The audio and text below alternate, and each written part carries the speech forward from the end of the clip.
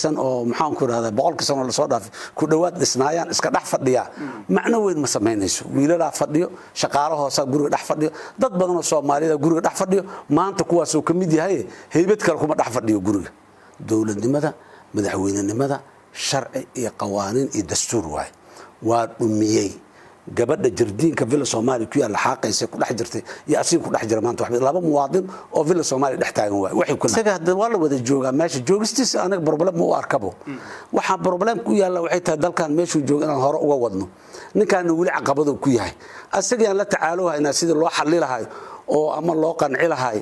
ama u arki lahaay oo soo qanci lahaay wali anaga dalkan dalkan dada meelaha ka qayqayliyo fawda la wada ka fawda lama wada dalkan cid fawda xiisa qabtan ma jirto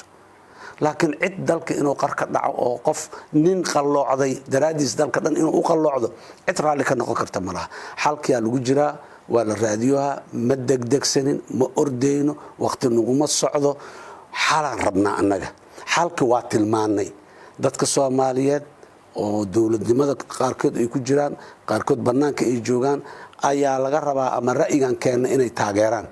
ama ra'yi kale oo barbar yaalo oo looga gudbaayo inay keenaan laakiin Maxamed Cabdullaahi Farmaajo